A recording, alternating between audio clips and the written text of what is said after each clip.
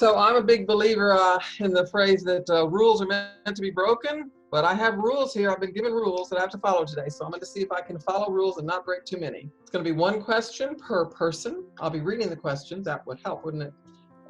If your question was submitted after August 6th, we might not get to that today. It might not be included in today's event. And if you do not get your question answered, then know that you can email Jessica after this event and we'll get the answers to you. Question today is from Diane. It says, your enthusiasm for the care of the animals has a long tradition. What was the motivating factor for your life's work? Earthworms was probably the motivating factor. And if you want to call earthworms a factor, they were who I started rescuing when I was knee-high to a grasshopper, as we say in Texas. And I was probably 3 or 4 years old when I started rescuing earthworms, and just fell in love with them, fell in love with everybody. When you're only so high and you spend a lot of time in the grass and out of doors, you find those little animals who nobody else sees, and who you see because you're down there with them looking for them and wanting to take care of them, in my case.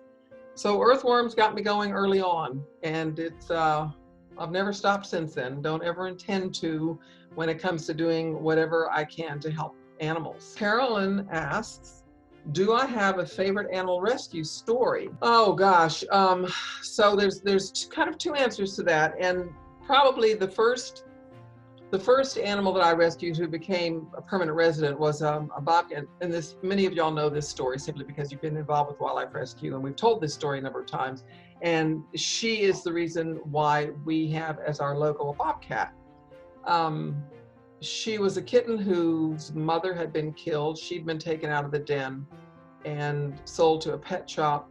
She'd been declawed with a pair of pliers and was found sitting in her own blood in an aquarium in a so-called pet shop with a heat lamp over her. And the people who found her got her out of there and called me. She was the first animal who I rescued. That was back in '77, who I knew she's never going to be able to go free. That was very clear. Because the idea early on was to have a sanctuary. That was the original plan as well back in '77. The term permanent resident got started with her. So she is one, of course, who I will never forget, ever, ever. She lived with us for about 18 years at the sanctuary as we built the sanctuary.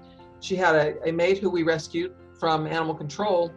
They lived together as a pair for about 18 years and died within a matter of days of each other. And as far as other favorite animal rescue stories, I really, for as wonderful as it is with the native animal rescues and getting those animals back to the wild after they've been injured or orphaned, it is also really wonderful to get animals out of really horrific situations like laboratories, zoos, roadside zoos, private hands, and give them true sanctuary. Those rescues are very near and dear to my heart as well, because we cannot set those animals free in 99% of the cases. But those animals get a life. They actually get a decent life that they can live that they would have had no chance of getting otherwise. So those are two that always are with me. Steve asks, there's a sign at the Wildlife Rescue Hospital in Kendalia dedicating that hospital to Agnes Cuny. He's wondering who she is. Well, Agnes Cuny was my mother. And it's D for her middle name, Grinrud. And she and my father, and I don't know why the hell I didn't put my father's name on there too, probably because mom was my first volunteer, but my parents were very instrumental in me being who I am today and who I've been since I was a little kid, because they loved nature. They taught me and all my siblings to love nature and respect nature, not just love nature, but respect nature and know that wild animals are wild animals. And we don't ever want to take their wildness away from them. So that's who she was, and she was a very kind, compassionate person who was just one of those amazing mothers who loved her kids, loved her husband, loved what she did, was happy no matter how difficult life was. And when you're really poor and you have a lot of kids, life can be really difficult. But she and my father, Robert Cuny, were just wonderful, wonderful people, and I think of them every day of my life. I think of them. Amanda asks, can you tell me more about the organization and how I can help? Well, more about the organization. Gosh, that's a loaded and lengthy answer there. So how you can help, we'll go on that one. That's easier for the moment. You can volunteer. We have people who volunteer doing things like this here, feeding animals who are in our care. We also have people who volunteer by rescuing animals. We have volunteers who help with administrative stuff, help with events when we can start having those again, and just do all manner of things. Wildlife Rescue Volunteer Corps is great, good, dedicated, helpful people who we could not do what we do without them. More about the organization, well, it's 43 years old this year, and started from, some would say literally nothing, started in my backyard, again with a plan to have what we have today, which is a 212-acre sanctuary in the Hill Country and a rehabilitation clinic in San Antonio. It's a great organization, if I do say so myself, and what makes it great are the people who work and dedicate their time and their efforts to the organization itself. Wildlife Rescue would be nothing without the people, the staff, apprentices, and volunteers. It would be nothing without all of them.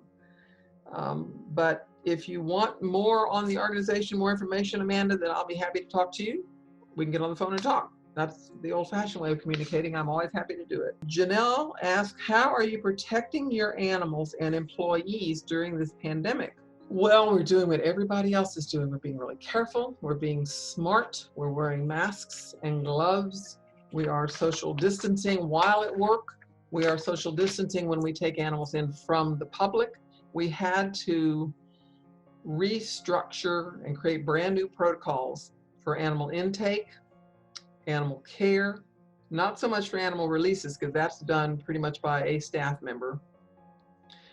But we work in buildings, a lot of people working together every day, especially when you have as many as, say, 1,000 animals, mostly little babies, like this little possum here, in our hospital. That means that all the people taking care of them have to be there working together somewhat closely. So we've had to be really careful about that. Of course, constantly wash and wipe down everything, surfaces and all of that. Probably it was a little bit less of a big adjustment for us to make, because in working in any hospital, whether it's an animal hospital or a human hospital, you are already have certain protocols in place that take care of the people doing the work, and in our case, take care of the patients, those being animals. So everybody wearing masks was definitely something new for all of our meetings, staff meetings, all the administration work. We wear masks for that as well now. That's new. People who are in our admin buildings are very careful about, if they are around each other, they have masks on. You know, we're doing what everybody does. We keep up on all the CDC recommended protocols. We're staying in touch with that and making sure that we're following those. We're being careful, we're being aware, and we're taking it very, very seriously. Melissa asks, are there any positives that you learned through the last few months during the pandemic that inspired you to change policy or approach something differently within your organization? Somewhat, yeah. I mean, again, the pandemic, like with everybody who's paying attention, it certainly caught our attention. And we, you know, we knew it was serious from the beginning. We took it seriously from the beginning, and we said, okay, what do we need to do? How do we protect our staff? And these are people, of course, who work 7 days a week a lot of times. I mean, everybody gets their 2 days off, but we are a 7-day-a-week operation in both our locations, and we are often around the clock. So we had to take all that into account. Having the public come to us, that probably was the biggest challenging part. And that, again, because we couldn't just assume that they were being as careful as we were being. So we did have to make sure that the public did not interact with us, and we couldn't just take animals from them and sit there and visit the way we normally would, unfortunately. That was probably the biggest thing that we had to change, and that we will love when we don't have to do this anymore, like everybody else.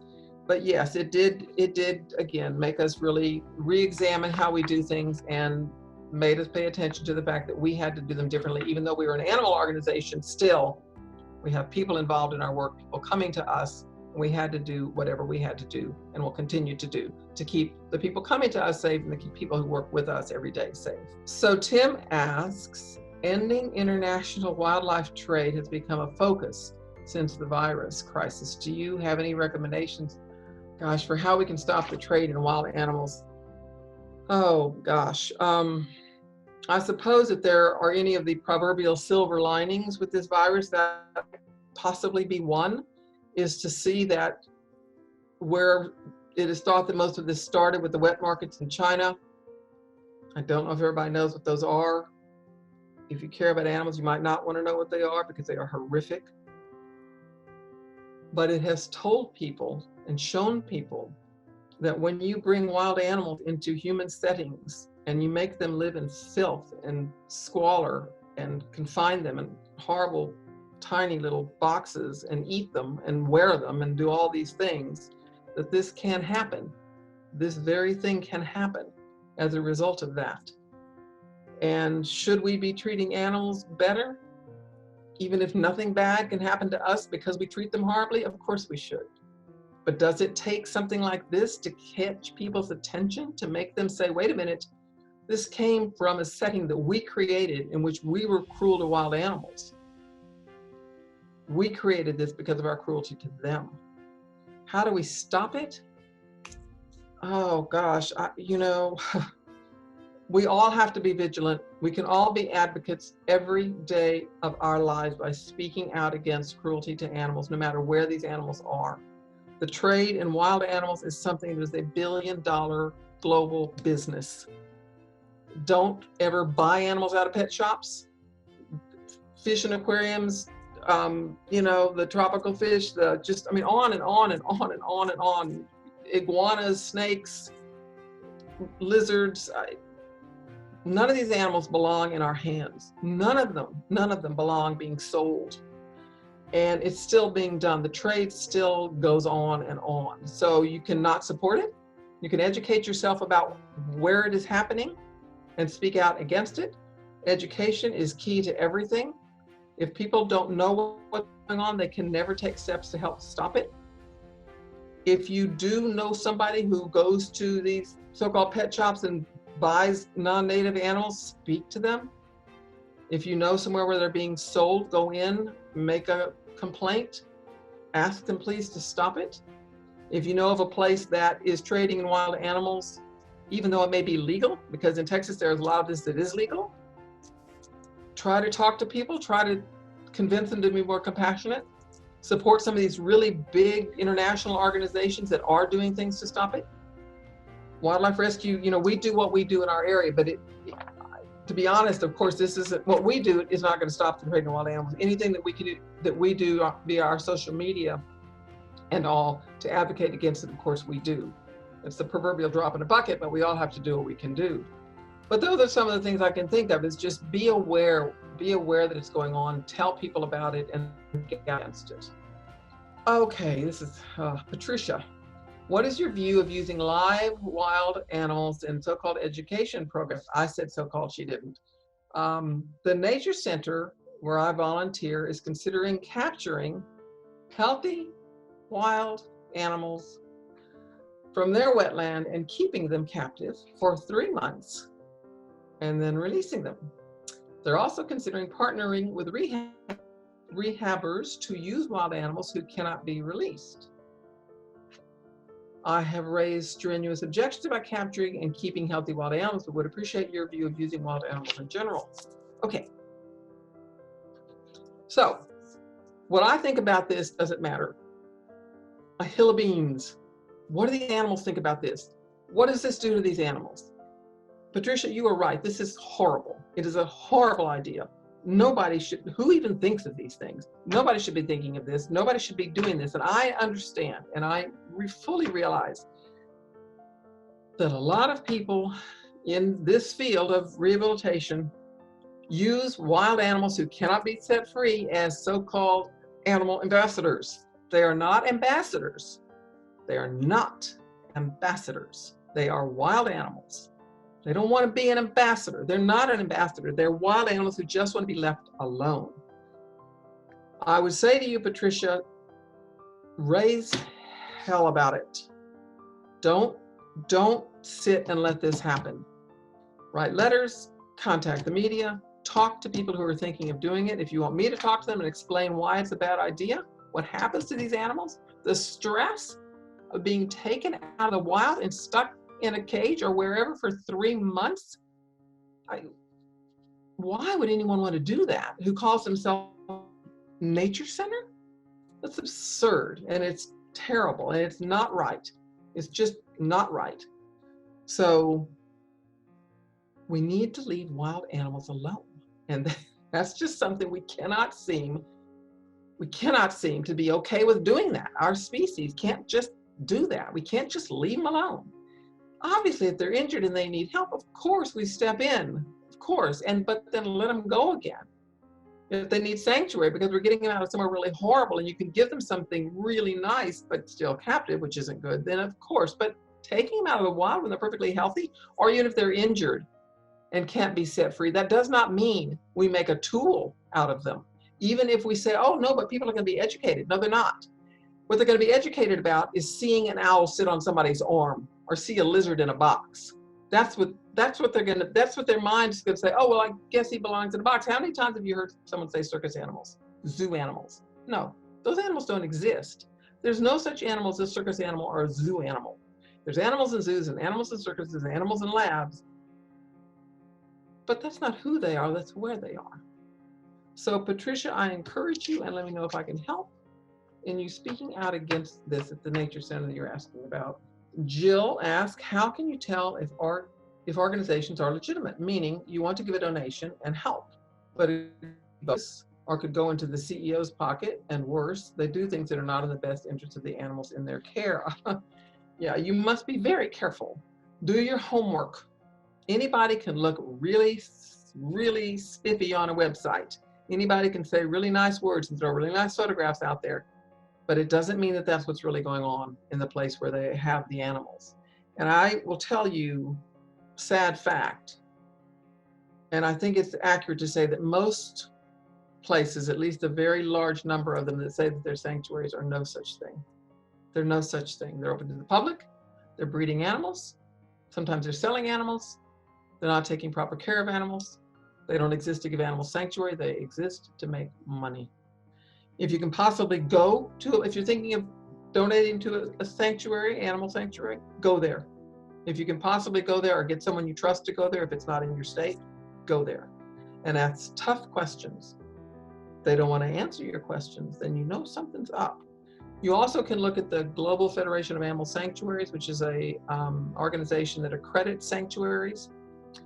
They have somewhat stringent standards, not stringent enough as far as I'm concerned, but that at least is kind of a guide. And again, it's called the Global Federation of Animal Sanctuaries, GFAS. Okay, Donna asked, what are my thoughts on veganism? Very popular in my mind. I think it's great. Again, how do animals feel about being eaten? And how do animals feel about having, being kept, cows kept and milked and milked and milked and on and on and on. I think what we need to ask when we're thinking about what's right in life, what's right and wrong in the world, ask the question, what's that animal going through? What's that like for this? What I'm doing, what I'm getting, using, what's it like for that animal? What is his day like? What is her day like? If we would stop eating, wearing, using animals, the planet would be a lot healthier. The cruelty, a lot of cruelty would end. People would be healthier. And we would just simply be a more compassionate world. And that would only be good. Carla Lisa says, even domesticated animals are able to sense our presence. Very true. How are you able to observe wild animals to determine if they're ready to go back to the wild? That's a tricky one. We're able to do it at the sanctuary because we have 212 acres. And so animals like the bobcat you're seeing lives somewhere at what we call kind of the back section of the sanctuary where we don't go, but when we absolutely have to, obviously to provide food and to make sure the animals are okay.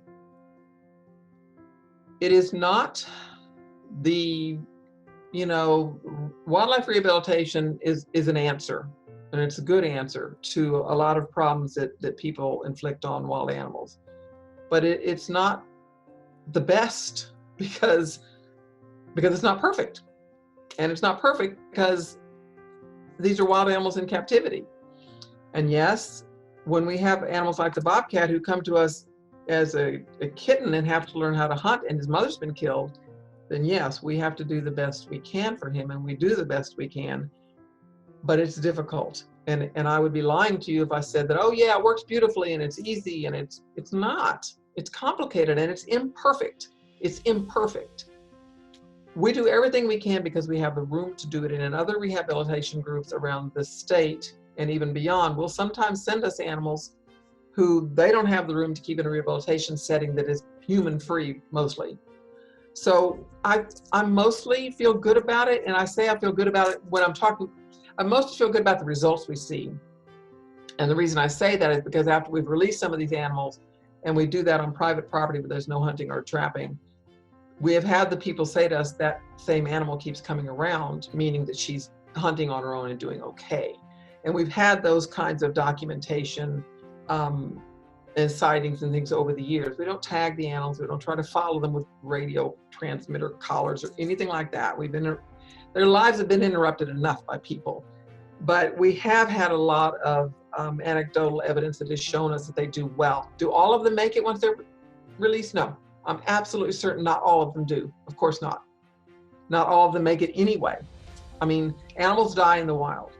Animals die who have been in rehabilitation. Animals die who have been with their parents and raised perfectly, and death is inevitable and sooner than later for a lot of wild animals, unfortunately. But it's tricky. We do the best we can do in it, and then we keep them, again, in an isolated part of the sanctuary, away from our prying eyes. Rosemary said, there's a herd of deer behind my house, excuse me,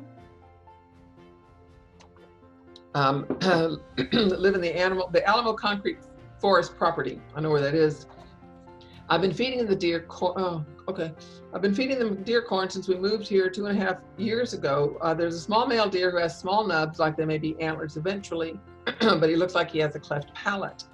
His tongue hangs out a bit on his left. His nose has a bump, like a bump-like feature, and the top of his bottom jaw are not aligned.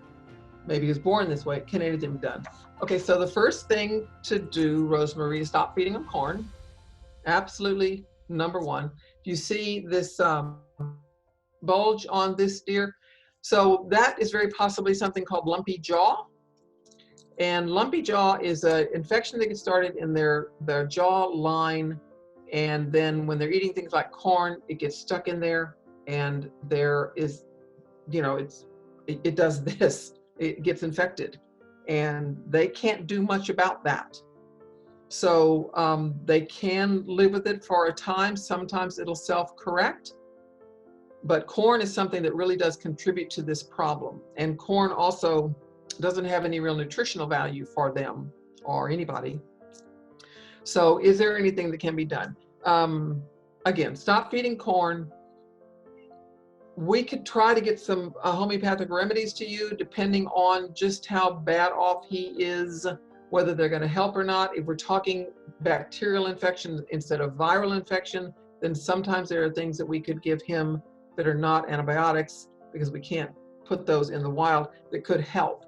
So get in touch with me, Rosemary, and let's talk more about that, please. Barbara asked, are foxes a danger to fawns? Well, I guess what you're asking me is will a fox prey on a fawn? Generally not, but if they're hungry and they need to eat, foxes are not strictly carnivorous, they're more omnivorous, but yes, they do eat other animals. You can see by the size of the gray fox, who you see most commonly around our parts of Texas, they're not much bigger than a fawn, and fawns, being vulnerable, but still can run good and fast if they're of a certain age. So no, I mean, I don't think of one wild animal being a danger to another wild animal. Yes, wild animals aren't vegetarians for the most part. I mean, of course, a lot of them are, but they're predators. There are predators in the wild animal kingdom. I I don't judge that. I mean, obviously, if I saw a mountain lion grabbing a turkey and running off to eat him, I wouldn't like that. I'm sure I'd wished I'd never seen it, but I'm not going to fault the mountain lion for being who he is. And I understand it is a natural human emotion to feel perhaps a little more empathy towards a fawn, that darling little face. They look so helpless and are in some respects, so we don't want them to get eaten. But I ask people to just kind of respect nature and let nature do what she does. And if one animal's preying on another, I understand that how someone would be turned off by that and think that was horrible. We've actually had people who brought us birds who they'd killed the snake who was eating the bird because they wanted to save the bird. And I just, again, I understand it, but come on, folks. Snakes have to eat, and they are who they are. We need to be careful about not judging nature. I think that's something that we, again, as humans, we see it as harsh. I don't see it so much as harsh as it is just, nature is set up the way it's always been set up. And I believe that animals are all right with that. I think for the millions of years they've been here, they've come to terms with their roles in nature. And some of them are predators and some of them are not, and some of them get eaten and some of them don't. But I don't think they sit around being too worried about that or feeling angry about it or thinking it's something that needs to be fixed. And I think we need maybe to do the same, just accept nature and kind of trust nature. I certainly trust Mother Nature more than I do human beings, because we make all kinds of poor judgments all the time. I don't think Mother Nature does much of that. Okay, Donna asks, are there any native species of animals, and she says animal/birds, but birds are animals, so I'm just gonna say of animals, who people are prohibited from picking up even if injured? She's heard you aren't supposed to have even the feather from a red-tailed hawk. Well, yes, there are. Yes, there are animals you're not supposed to be messing with. And the photo of this golden-cheeked warbler here would be one of those. Endangered species, strictly protected. We've destroyed their habitat. There are very few of them left. So federally protected birds, mammals, reptiles, amphibians, federally protected. You can't do anything with them. The state of Texas, and each state has its own rules about this. The state of Texas, quote unquote, protects, quote unquote, game animals. Not that we'd ever call them that, but they call them that. So they protect them so they can be hunted every year. So those are animals you're also not supposed to have in your possession. Deer, black bear, you know, certain, again, animals who they protect so they can be hunted. So those are the ones, and that's kind of an interesting thing, huh? So, but then you have animals like mountain lions, who you can do anything to year round. You can hunt them, you can eat them if you wanted to, you can trap them. Don't get me started. Anyway, yes, there are species who are protected by federal and state laws. And if they're injured, are you going to get in trouble for rescuing one? I don't think so. In fact, we've often gone to Parks and Wildlife and asked them to be more, to enforce more of the law that people are not supposed to be picking up white-tailed fawns. Because people pick them up when there's nothing wrong with them. It's not a rescue. They're just picking them up because they think they're cute. And then, of course, the fawn gets diarrhea because they were giving him milk, and on and on and on. So, and we've rarely had a game warden go out and enforce anything, even though, yes, it is against state law to pick up white-tailed fawns or do anything with white-tailed deer, except if it's so-called hunting season, and then you can hunt them. And yes, you are not supposed to have feathers from them either. If they're protected, federally protected as a red-tailed hawk is, you're not supposed to have feathers from migratory birds of any sort. Are you going to get in trouble if you pick up a feather off the ground? I doubt it, because nobody's going to know, and I doubt that they would enforce it if they found you holding one. If you made a lot of jewelry and went around trying to find feathers, maybe. But probably if you just have a feather, probably you're not going to get in trouble. But yes, it's against the law. Elaine asks, how can I help the egrets who fall out of the trees at Brackenridge Park in San Antonio? So egrets have been in trouble for a long time because city and state agencies have been cutting down their rookeries, all the trees where they live. One of the things that we do is we ask people to do what we ask these folks here to do, which is to make a makeshift nest. This was obviously a milk crate and strapped to a tree where there was an owl who'd fallen out of the nest and he was too young to be out of his nest. As you can see, it worked really well. He's sitting, of course, on the edge of it, but still, his parents continued to care for him. Where the egrets in Brackenridge Park are concerned, call us. We do rounds in Brackenridge Park around the egret rookeries every day. We have volunteers who go over there and check every day. But that doesn't mean that one doesn't fall and get into trouble after we've been there. Call us, let us know. If he's injured, obviously you'd bring him to us. It can be very difficult to get them back with their parents. If their parents are very high up in the trees, not one that has any branches coming out off the trunk. Best thing to do is to call us, and we have had people help us in the past with lobbying the Parks Service there in Brackenridge Park to put some mulch down on that sidewalk under their rookery, because those babies would fall and just crash on that cement and end up with broken legs and broken wings. So we were able to put wood mulch down. You know, it's just, those of us who care about animals are constantly busy trying to do something to help them, because there's somebody else out there who either doesn't want to help them or is doing something that's going to harm them. But bottom line is, with the egrets, if you find one that's clearly in trouble, obviously just call us and or bring him to us, and we take in lots of egrets, hundreds every year, and many of them are from Brackenridge Park. Muriel says, are there any wild animals in the area who you will not or cannot take?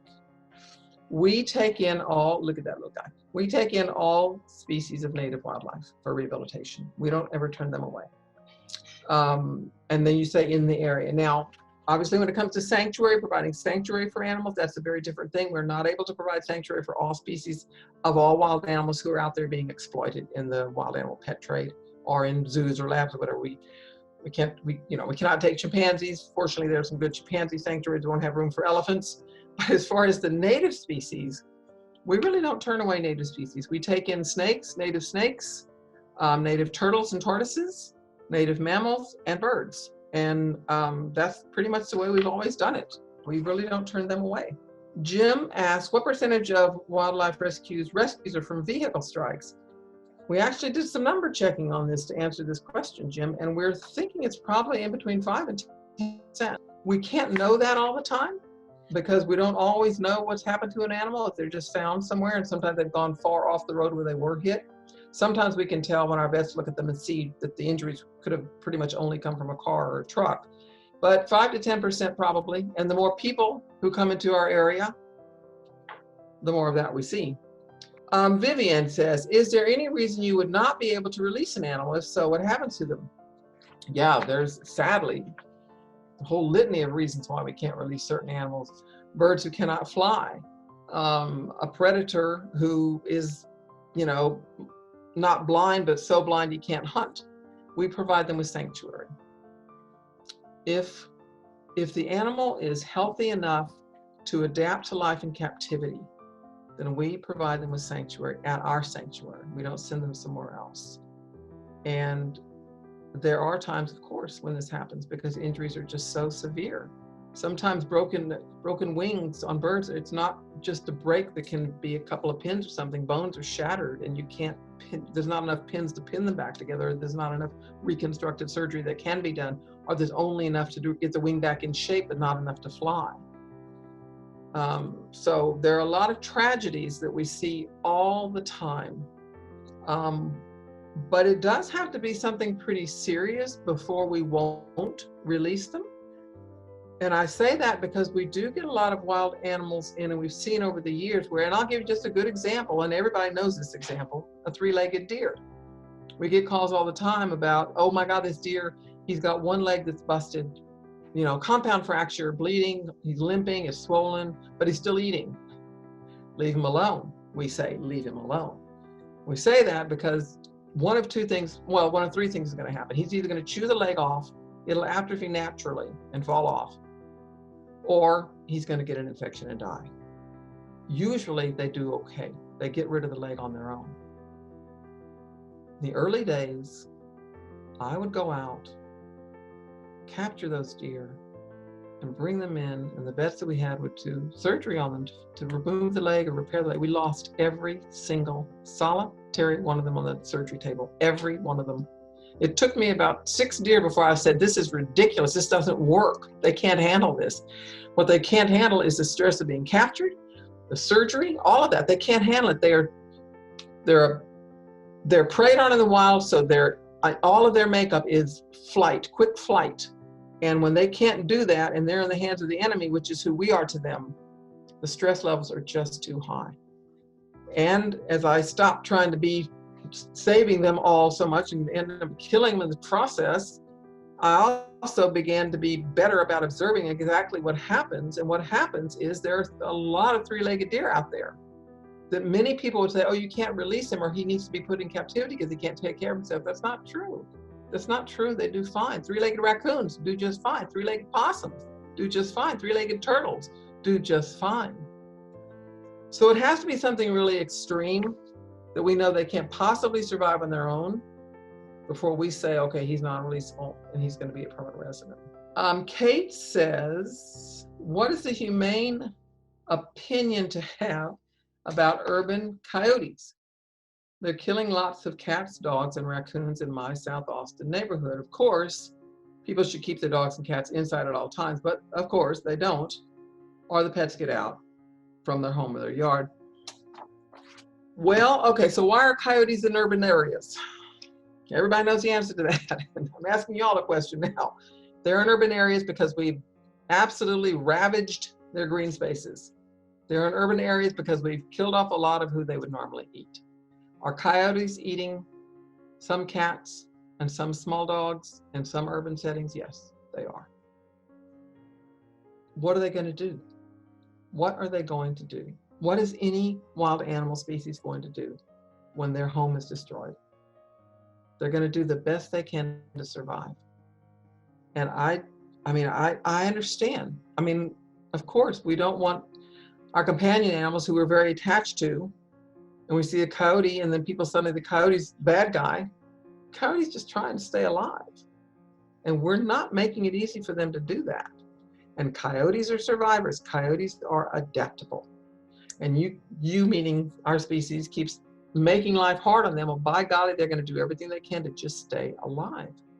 Coyotes, possums, raccoons, skunks, squirrels, they have adapted to our way of living in our city streets, in rural areas where there's more farmland than there is wilderness. They have adapted. Does it mean they're going to do things sometimes that we wish they wouldn't do? Yeah. But if we go look in the mirror, we're going to see a species that does a whole lot of things that we shouldn't be doing where nature and animals are concerned. And coyotes are just doing it to stay alive, not to further their own anything other than survival. That they just want to survive, that's all. It's not malicious on their part. Beth asks, have you considered establishing a satellite center in San Marcos, Wimberley area? We're at least 1 hour from Kendalia or any rehab centers in Austin. I found this to be a barrier for many folks. Well, yeah, I mean, when we set up the sanctuary in Kendalia, we are equidistant between Austin and San Antonio. So that was one way of helping to be able to get animals more quickly from the Austin area. But establishing a satellite would be, you know, ideal in a lot of ways, but it would take a lot of money and a lot of extra staff. And we're not able to do anything like that, at least not now. But, you know, maybe sometime in the future, if there's enough money coming in, that's what that kind of thing takes. So stay in touch with us if you have animals in your area that you can't get to us. Sometimes we could send a volunteer to meet you halfway. That would be another way that we could help out with that. Susan says, ask, what would be the top 3 things, your super wish list you could have at your that we could have at Wildlife Rescue? Oh gosh, I have to limit it to 3. Well, more land would be lovely. That would be great, and we are always looking into that. Obviously, the more donations we get, the more we can do for the animals. And I don't know, more people, more help, more rain right now. I don't know, Susan, if I can ever narrow it down to 3 things, but yeah, we're always looking for more land. That's something that's always in our future plans. And that means we can save more animals. More dollars means we can save more animals. And that's what comes to mind at the moment. Barbara asked, how do we change the conversation about wild creatures, which includes mammals, snakes, spiders, insects, and more? I completely agree. As being dangerous. Change the conversation about them being dangerous. People kill, and she says, people kill everything without a thought to why they are important to the ecology of their environment. Even insect control companies promote the idea that they are all bad. Well, this is one of my favorite topics, so it's great to be closing on this. First of all, I would say one of the things that you can do that we can all do is stop referring to them as it. That's a biggie at Wildlife Rescue. So this is an it, but an animal is a he or she. We're always driving home, ask anybody who works there, we're always driving home to don't refer to them as it. Someone calls and says, there's a possum in my backyard, and it's really ugly, and I want it out of here. First thing we say is, well, what is she doing? Well, it's getting in my garbage can. Okay, do you think maybe she's a mother who has babies in her pouch? Suddenly the conversation changes. Suddenly this person's seeing this possum for who she is, another being who wants to be alive, and in this case, maybe a she or a he, but definitely not an it. So that's one place to start. It's small, but it's incredibly meaningful. It's incredibly meaningful. Insects. Whoever thinks of insects? Well, we think of insects. We have signs on the sanctuary grounds that say drive slowly. If you see an insect crossing our service road, stop, let him pass. Every life matters. Every life is important. We have to say that. We have to drill that into everybody's brain as much as we can, into their psyche, into their consciousness, into their hearts and souls, as much as we can. And referring to animals as he's and she's, even when you don't know their gender, still, it's better than using the word it, helps people to see them as the sentient beings they truly are. They're not its, they're he's and she's, and they're all wonderful.